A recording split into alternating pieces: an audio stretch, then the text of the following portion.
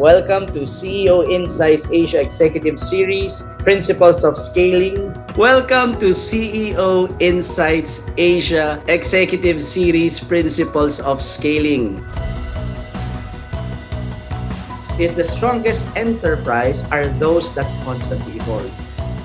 It's no longer the game of how big you are, but now the game is how big your ecosystem is. Now, but I think this really speaks volume why we're attracted to hang out with one another. Like for example, in CEO Insights Asia, I really like spending time there because I'm surrounded with like-minded people. So,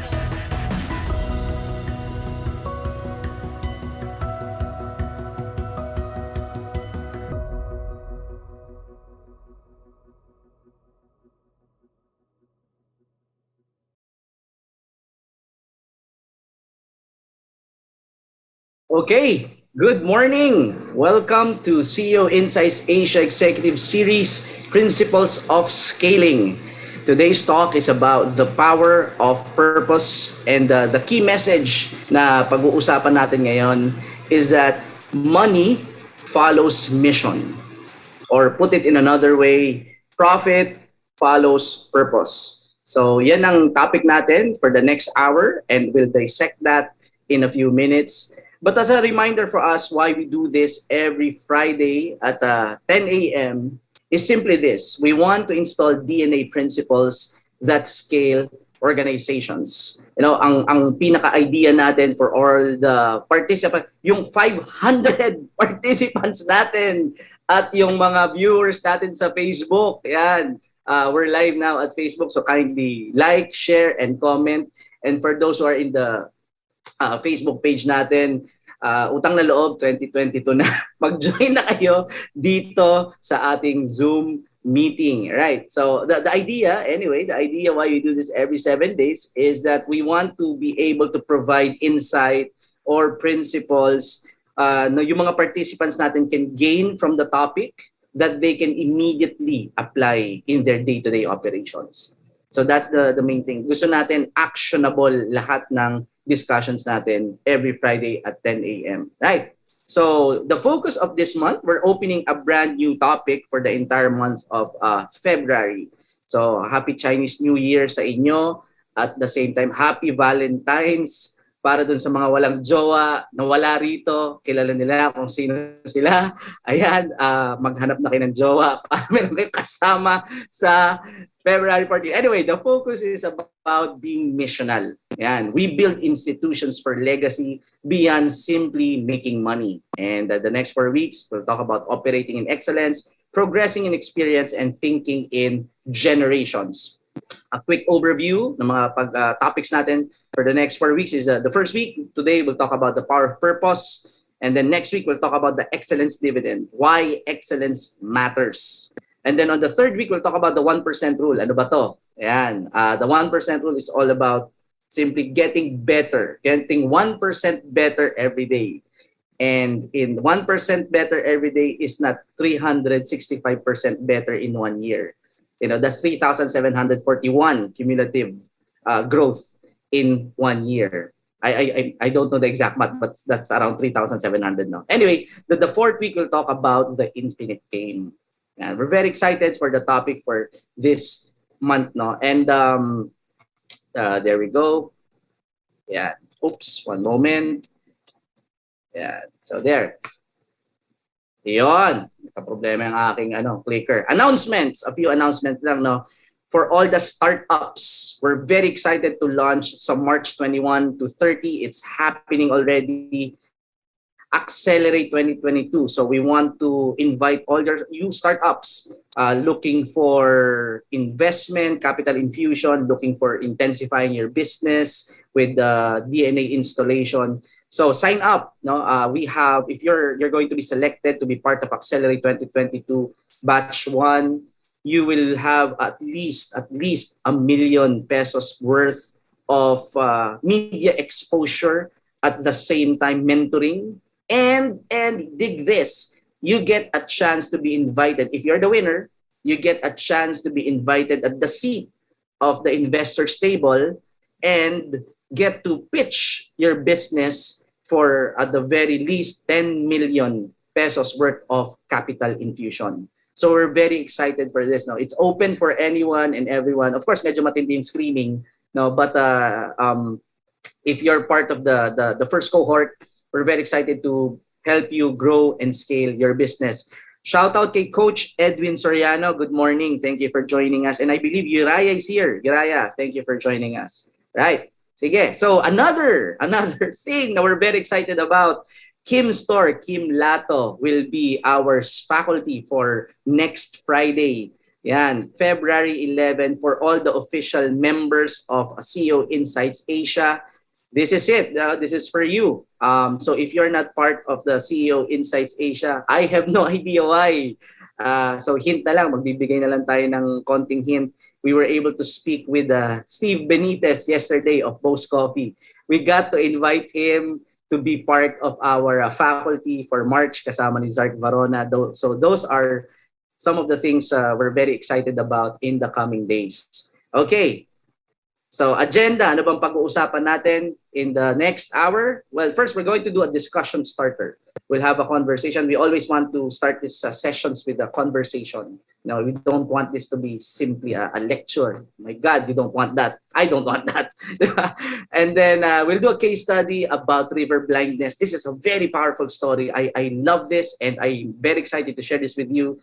We'll do some data. You know, I'm a numbers guy. I don't talk feelings alone. You know, I love the feelings backed by numbers. You know, you don't want passion alone. You want passion backed by numbers. Yung ang cost ng passion natin is performance based on numbers. Why purpose follows profit? Kasi yan ang fundamental statement natin eh. And then we'll get practical. Okay, so with that,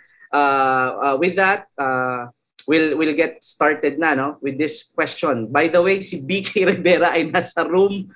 Paki-admit naman. Ayan. Alright, so kinontrata ko na si Chris dito eh. So here's the first question. Nagulat siya kasi ngayon ko lang siya kinontrata. Chris, why is it hard for us to be purpose-driven instead of profit-driven? So mga dalawang tao lang. Sige, go. Good morning, everyone. I think it's not really that we're not purpose-driven. I think most companies are. Pero at the moment, they are profit-driven because there's certain urgent matters that they need to deal with. So yung expenses, yung how to cope up with day-to-day, pagpapasweldo, rent, mga expenses na yun, it's so urgent and like very straightforward na now you have to solve. So they tend to focus on the profit. And I guess it's more of like, it's hard for them to go out of that situation. Because what I noticed naman with Filipino companies is that when they are at a certain level, they become purpose-driven. After addressing all the urgent matters, they become purpose-driven. So yun lang yung insight ko for that. I'm very excited to share my thoughts on that one. But for now, pick the next one. Sige, I want to hear from Sir Edwin. Yes, Coach Edwin. Coach Edwin. Oh, floor is yours, sir. Hi. Good morning, everybody. Good morning, team. CEO Insights team. It's my first time here. The question is, why is it hard for us to be purpose-driven instead of profit-driven? I'm a coach and I'm very mindful about the questions that I ask and the questions that I answer. Pag ang tanong is, why is it hard? Maghahanap tayo ng matigas. Maghahanap tayo ng difficult. Yeah. Difficulty.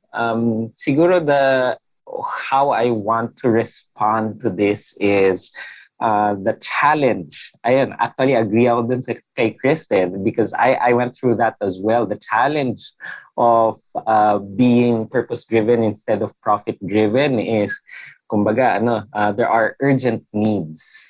Urgency. And what I've learned, there are urgent needs that may make many people profit-driven. Very, very similar to how Chris described. And yet, maybe two things that I'd share. If you are not generous with small things, will you be generous with big things? That's number one. And then number two, things will not be perfect immediately. And yet, we can make progress, and that's what I gravitate to. Yung dreams ko, yung big dreams ko, yung big purpose ko, it will not happen overnight. True. And yet, even whether with profits or minimal profits or big profits, if I'm able to make progress towards my purpose in big or small ways, I feel that that is where I need to be, making progress towards my purpose. Thank you. Agree. Yeah. So we are on the same wavelength, no? It's about the survival mode, and at the same time yung mentality na if we can't be generous, most of us, again, not all, but most of us, if we can't be generous in the small things, it's quite difficult to be generous in the bigger things, right? So let's do before we go back to that, and we'll go back to that. Let's have a case study. So the river blindness. If many of you are familiar, the river blindness is a disease that has infected around 18 million people in 1987. So let's talk about that for a while. It's about a pharmaceutical company. Yan. So this is a black fly, and the black fly is a case study, also part of the case study, because it is caused by a parasitic worm, Onchocerca volvulus. Ni-research ko talaga yan, yung how to pronounce that. Yung river blindness is caused by that parasitic worm. And it's called river blindness because the black fly is the one that transmits the infection. They live and breed, they live and breed near fast-flowing streams and rivers, mostly remote and rural villages. Yan. Tapos, as mentioned, it has afflicted 18 million people in West and Central Africa, in Middle East, and then in South America. Now, for a business person, 18 million market, that's a huge market. So what happened was a pharmaceutical company decided to develop the cure, for the product, for the disease. Unfortunately, there's one problem. The 18 million market can't afford the drug. So yun yung situation natin.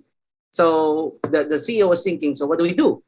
Well, I think we need to continue the development, then not only think, but they decided to continue the development in the hopes na hopefully, baka naman pag nag-roll out na yung cure or yung drug natin, a third party or a government will purchase, a government agency will purchase a product once it's available and then distribute it.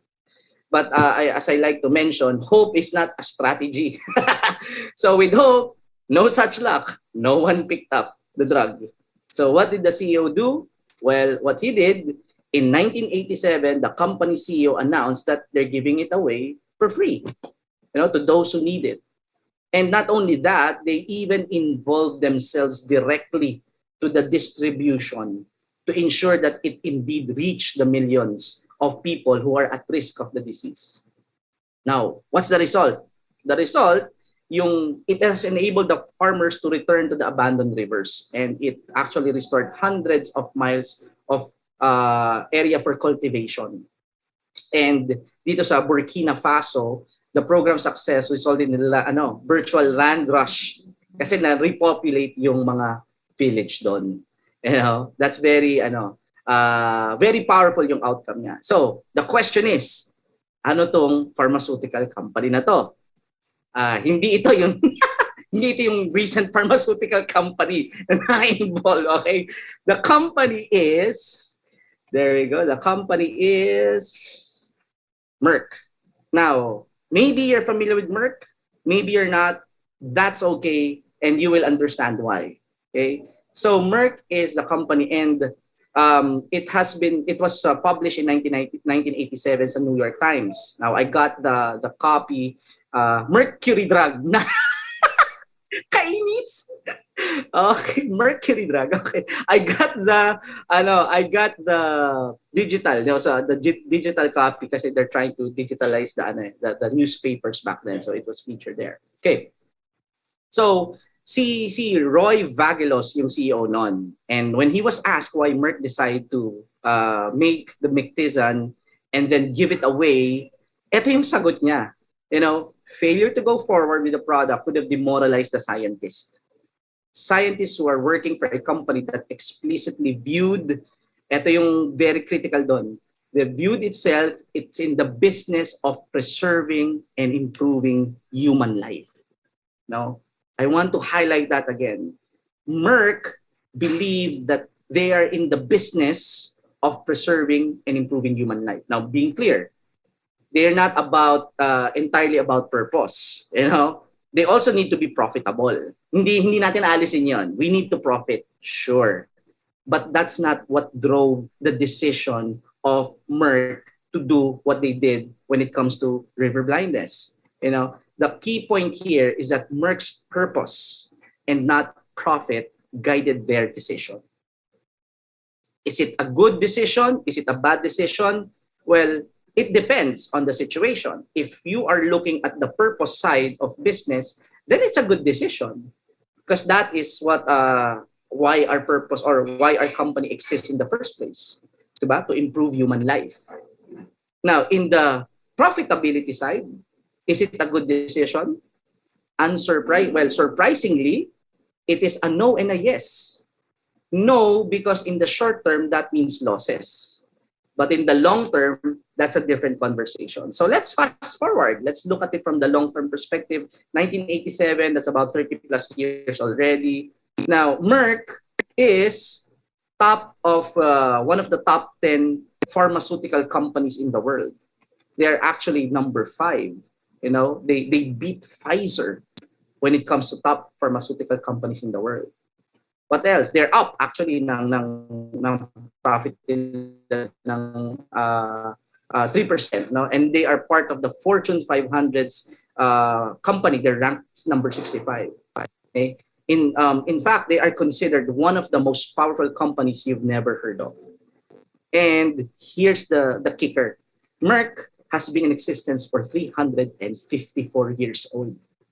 This is a company that's really older than you and me, and probably will survive even after our lifetime. Now, here's the thing, no? That I would rather have 200,000 earning annually for 100 years than 100 million, in 3 years, annually in 3 years. Kasi the longer we are in the game, the higher the likelihood that we are able to achieve our financial targets. Yes, relate. Please type relate if you are with me. So some interaction. If you are part of the Facebook, paki-comment naman dyan. At utang na loob, mag-join na kayo sa Zoom. 2022 na nga, sabi ni BK Rivera. Ayan, para may interaction dito. Okay, there. Thank you, Chris. Now, right. So, Merck is one of the most admired companies that was featured in Built to Last by Jim Collins and Jerry Porras. It is considered a visionary companies. They are on top of their game. They are more than 50 years old, and they are really making an impact in the community. So if you want to read the book, if you haven't read the book, I have no idea why. Read the book. It messed up my head. Now it messed up a lot of CEOs' head. Tanong nyo na lang kay BK kung anong ginawa niyan sa kanya. And if you don't have a copy, I have a copy, message me. I'll send you an ebook. Mahal yung Wag naman yung hardbound. Okay? 2022 na, ebook na tayo. Okay, anyway, moving on.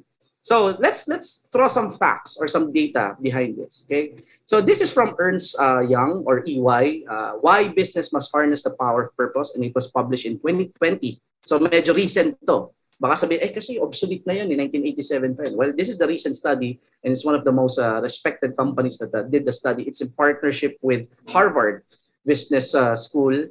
So it says here that 88%, tama ba, of the executives clearly articulated purpose and help increase customer loyalty. So a strong DNA or strong purpose and its embodiment and its expression inside the organization actually helps increase customer loyalty. Now, 70+% of global consumers would recommend company with a purpose. A strong purpose. Every company has a purpose. We're talking about this purpose beyond making money alone. Okay, and then purpose helps them innovate. Because the bigger the challenge, the bigger the brains that are needed, and the faster our creative juices how fast they flow in finding a new solution. And it says it helps create value for customers, and there's a sense of fulfillment for employees if there's a strong sense of purpose or mission inside an enterprise. Yan ang mga data. I did not say that. It's Harvard and EY who said that. Okay? So now here's my let's simplify it. Here's my take on why purpose follows profit. Okay? The first one is that purpose attracts the right people. Purpose beyond profit attracts the right people. Because, why do I say this? Because if we attract the people that we want to work with by saying, we have higher salary, then you get mercenaries, not missionaries. They will simply be there because of the money. And the funny thing is, when you and I decide to lure people because of money, we only get what we paid for. If I pay you this amount, this is what you'll get. I know because I used to be like that. No? When I was part of the corporate world, and it's all about money in the company, they don't care about the impact in the employees at the same time outside. Then parang, okay, why would I give my best work to make someone else rich? Diba? Why would I do that? So it attracts the right people. But if there's a noble purpose about making an impact, it's about curing the river blindness, it's about providing information, the world's information, just one click. I'm drawn to that. As human beings, we're drawn to causes. We're drawn to purpose beyond, that's bigger than ourselves. So it attracts the right people. It unlocks passion. If you know that a lot of people are relying on you to do your job, case in point with the scientists, they know that what we're doing is important. Because we're curing blindness here, and we're not just we're giving lives back to the people. It unlocks the passion inside the scientists, and that's the main reason why Roy Vagelos decided, no, let's do it, kasi it will demoralize our scientists. It also accelerates innovation. The bigger the challenge, the bigger the brain power is needed. So we begin to think outside the box.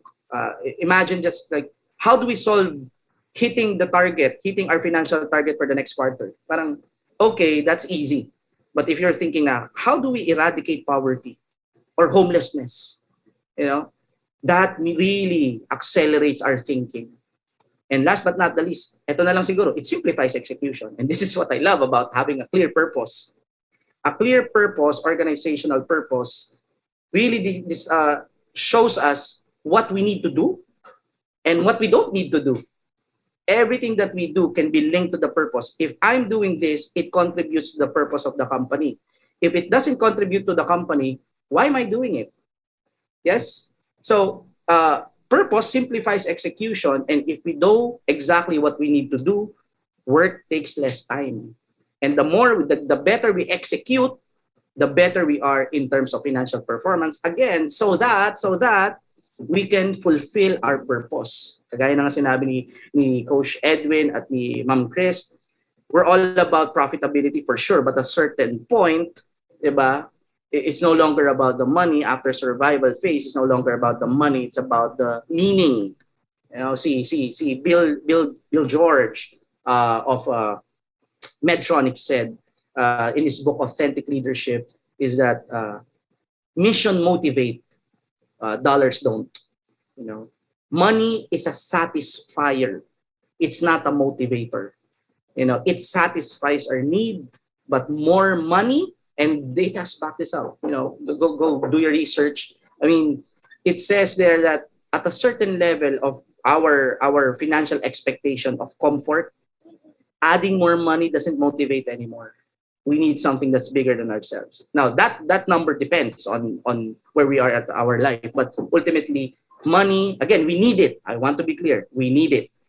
But it's not alone. I mean, it's not alone in our quest, diba? Or in our life quest na it's all about money. You'll end up not having a fulfilled life. Okay, so going to the next one, summary, screenshot na lang yan para mabilis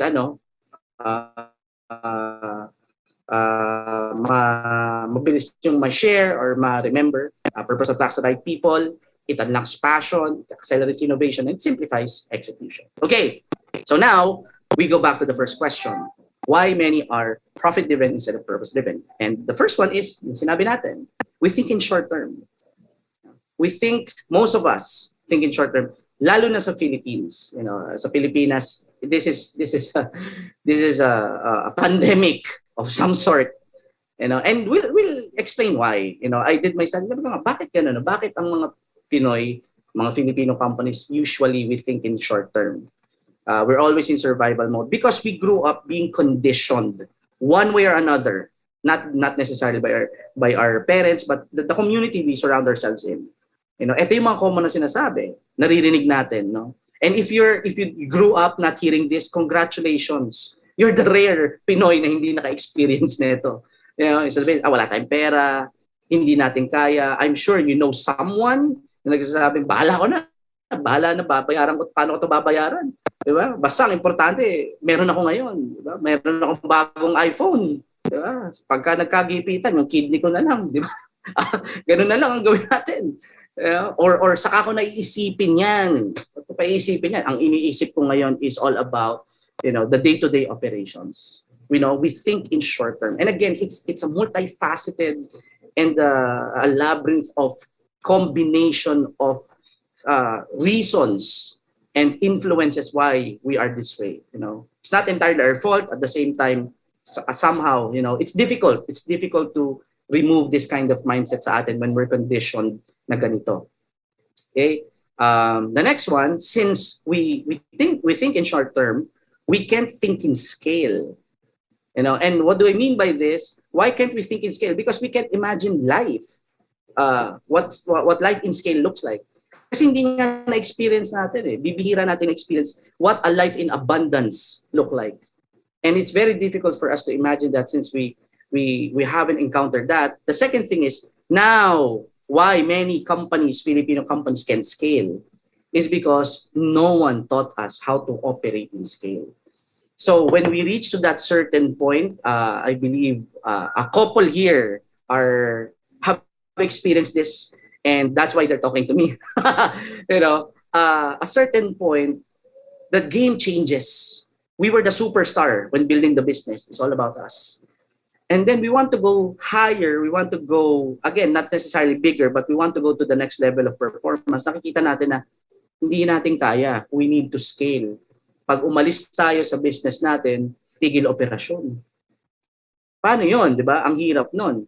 So, ang problema, walang nagturo sa atin paano mag-scale. Bakit? Kasi we have a system of education that no longer works. Bakit wala nagturo sa atin? Ang mangyayari, pause ko muna yan, ang mangyayari is we can't think in scale. Either we stay stuck there, you know, or we squander it. Kasi hindi natin alam kung anong gagawin natin. Anong pera, anong gagawin ko rito? Diba? We try a new venture, maluluging venture kasi hindi nga natin or whatever, diba? But the challenge is we might either can scale or squander it because we have a system of education that no longer works. I'm a teacher by profession, licensed, secondary, pero hindi na ako nag-renew, nagturo ako elementary, high school, college. I know, and I think I don't have to belabor kung ano pa yung sitwasyon ng educational system natin sa Pilipinas. Diba? I don't have to do that. But simply, our educational system in the Philippines is designed to make us great employees, not great entrepreneurs. You know, bakit ka mag-aaral sa top 4? Big 4 campus, Ateneo, LaSalle, you know, so that, you know, you can have a good job. Diba? Yun yung I mean, it's like a requisite na kailangan igapang ko ang anak ko sa USP or sa Ateneo kasi pag graduate niyan makakuha yan ng magandang trabaho. You know. So that's our education system. So it's a flywheel, you know. Our government and I know this, no? Kasi when I was pursuing my master's, nag-uusap na kami ng mga klase ko doon. I took up educational management, no?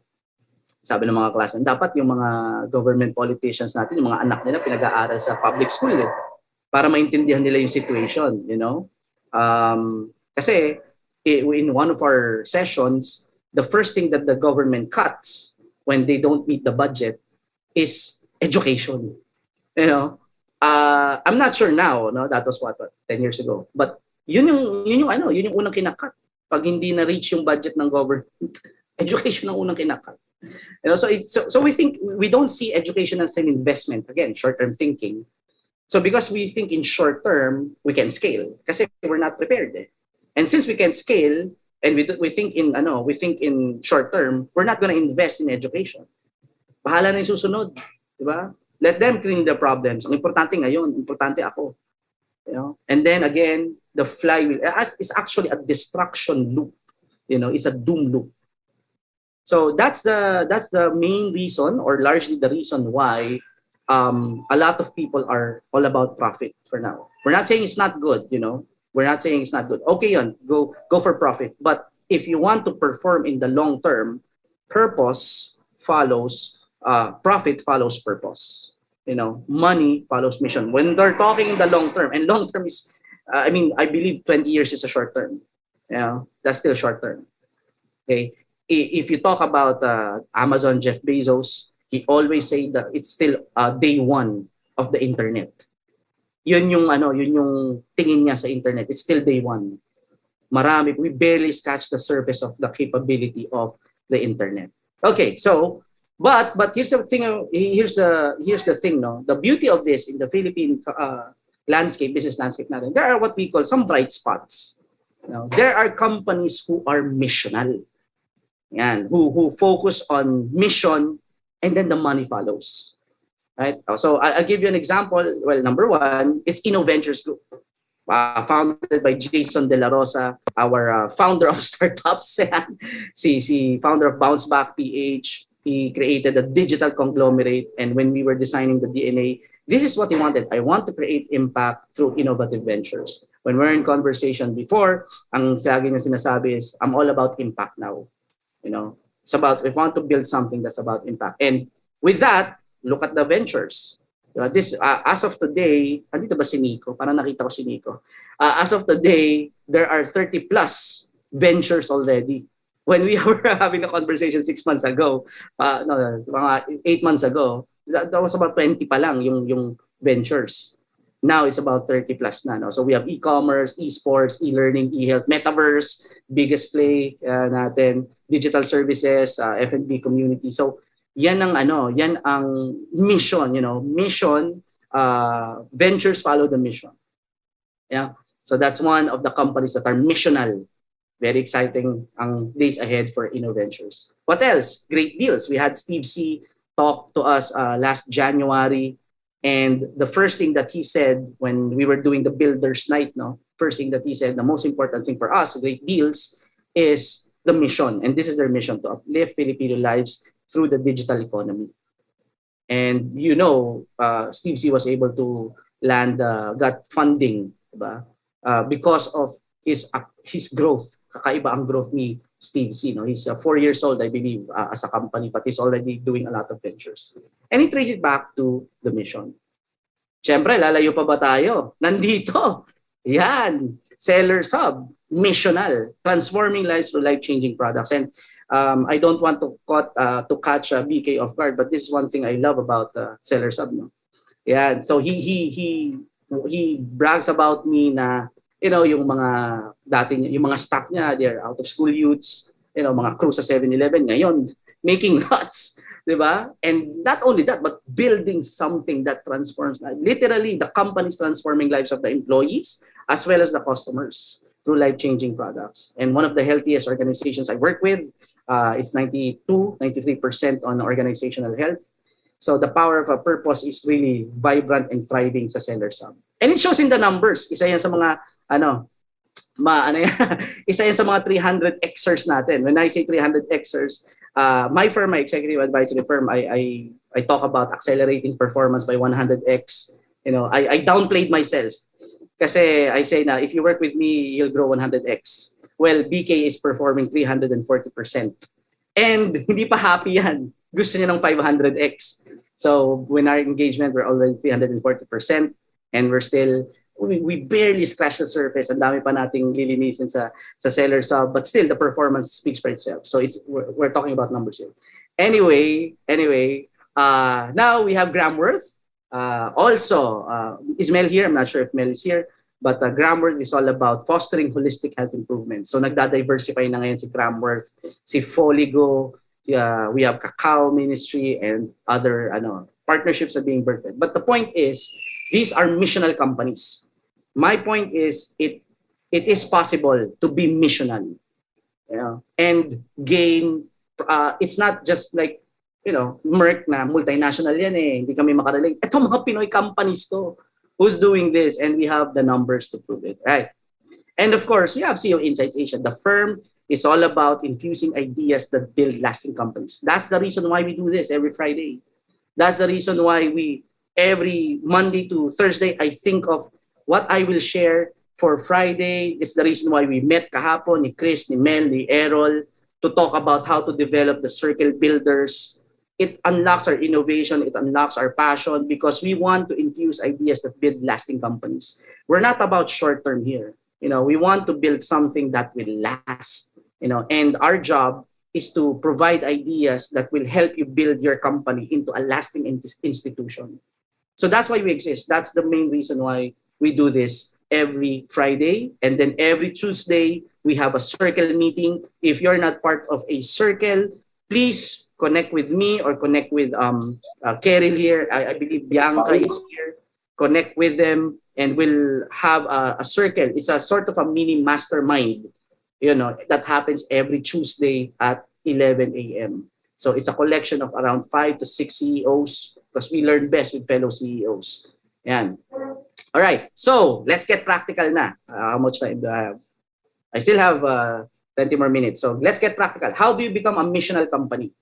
Okay. You have to be missional right from the start, kasi that will help you scale. So first, fundamentals. We have to understand who benefits the most. Who's our customer? Diba? Who benefits the most with what our company does? Yes, you have to be able to identify, describe it in a single word, and identify to really lock in all our efforts will be centered on our customer. And the more we understand our customer, the more we are able to really create products or services that will benefit them. So it boils down to this. Who do we serve? For me, my customer, the people who benefits the most are builders. And when I say builders, there's a difference between a businessman and a builder. A businessman builds institutions for money, which is okay, but they won't benefit the most with me. So I say hello to them, but I don't work with them. And they don't want to work with me naman. It's okay, diba? I work with builders. These builders are people who build institutions for legacy beyond simply making money. Who wants to make money along the way, but more than that, who wants to build impact? Those are the people I want. That's why you're here. That's why we have 10,000 people here. And how many in watching the Facebook? It's because if you're profit driven, you can't relate to what I'm saying. And that's okay. There are a lot of other advisors or consultants who can help you grow your revenue. But here, if you want to build business at last, you come to CEO Insights. Okay? After identifying your person, your customer, we have to unpack what's the most, the frustrating pain point they are experiencing. We're not just talking about in business 101, sabihin nila, ano yung problem you're trying to solve? No, we go beyond problem. Problem is something I believe that is tolerable. Problema ako pero tolerable. No, we go for their pain point. What's crazy making for them? We have to understand, ano ba yung nakakapraning sa mga customer ko? Diba? Yung talagang nabuburyong ako, so it keeps me up at night. What is it? Okay? And after understanding that, so going back to CEO Insights, builders, and the pain point of CEO, the pain point we're trying to address is insufficient intensive CEO leadership education on a regular basis. We go to schools and we go to all respect to them. I attended the schools also, but it's filled with professors, mostly professors, and you can't get an exchange with practitioners. Yun ang I think there's the gap there.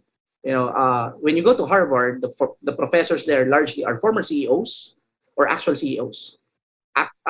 Practitioners sila. So that's what we're trying to solve here. You go not as, you don't go with theorists. We go with people who really roll up their sleeves and really get their hands dirty building their business. That's the kind of people we want to learn from, who's really in the battlefield, hindi someone in the ivory tower researching and so on. So that's the gap. That's the intensive CEO leadership education we provide. And last but not the least, so after identifying that, sino yung customer natin we try to serve? Because you can't serve everyone. You have to focus on a certain customer and then probably expand once we're able to address yung current need dito, identify their pain point. After identifying their pain point, this is where the proposition or value proposition comes in, or what I call the pivotal contribution. Understanding now your customer, understanding their frustrating pain point, what now serves as our pivotal contribution to our customer. And that pivotal contribution should be something that our customers cannot live without. That's the key. Because if we become a company that identifies and alleviates or eradicates the pain point of our customers, we become a company our customer cannot live without. So yun ang gusto nating mangyari. Okay? And that's one of the key, if you read the startup growth engines, that's one of the key of Dropbox, of Airbnb. That's why they accelerated their growth. They created a product or a service that their customers cannot live without. Again, if you want the book, I'll send you a copy, just message me. Ayan. So with that, going back, review tayo before we close and open the floor for comments and insights. First is, we have to understand who we're trying to serve. And then second, we have to understand their pain point. And then what is the value? Okay? And that's why when I say money follows mission, is because once we give value to our customers, the money will follow. Because I will keep coming back to you. If you solve the problem that I have, I will keep, and then not only that, I will tell my friends, come on, punta kayo rito kasi it solves my problem. That's free marketing already. The most powerful marketing is word of mouth. And it's free and it's much more powerful than advertising. So after identifying the pivotal pain point, we provide the contribution. We want to be a company our customers cannot live without. And by doing so, we are a purpose-driven company. So as I close, we want to go back to the value of what we're talking about. This is the core value of CEO Insights Asia. It's all about being missional. It's about building institutions for legacy beyond simply making money. We're all about profit. Sure, I want to die a billionaire. Who doesn't? But it's not the reason why we're doing this every Friday. No amount of money will make me stop doing this. Okay? Someone says, Fa, I have 1 trillion pesos. I will give it to you. Stop doing CEO Insights Asia. Stop doing BTL. Stop doing FASI. I would say, keep your money. I can earn it. I'll earn it na lang some other way. And I don't need 1 trillion. What for? I just need 1 house, then 1 car and gas. Ayos na yan. Basta masaya asawa ko. I love my wife. Okay, Idoy, I love you. You're watching. I know you're watching. Anyway, so there. It's all about building institutions for legacy beyond simply making money. Ayan. So if you're part of CU Insights, maybe you're not aware of this. If you're an official member, if you subscribe, we're actually missional. We have a social impact fund. And it was decided by the founders, lalo na our managing partners here, si Bianca Angeles, and we decided nung nagkaroon ng bagyong Odette, Bounce Back is like missional. Alam naman natin yan, purely missional si Bounce Back. And Nico is here, the CEO of Bounce Back. We collaborated and we decided to provide the revenue that we gained from being part of you being a member is we gave the 20% of that to Bounce Back. And I believe we're one of the highest, tama ba? One of the highest donors sa Bounce Back PH. So I want to say that you being involved at CU Insights, you're already being missional. That's you. We're just facilitators here. And we want to build more institutions like you who's about impact.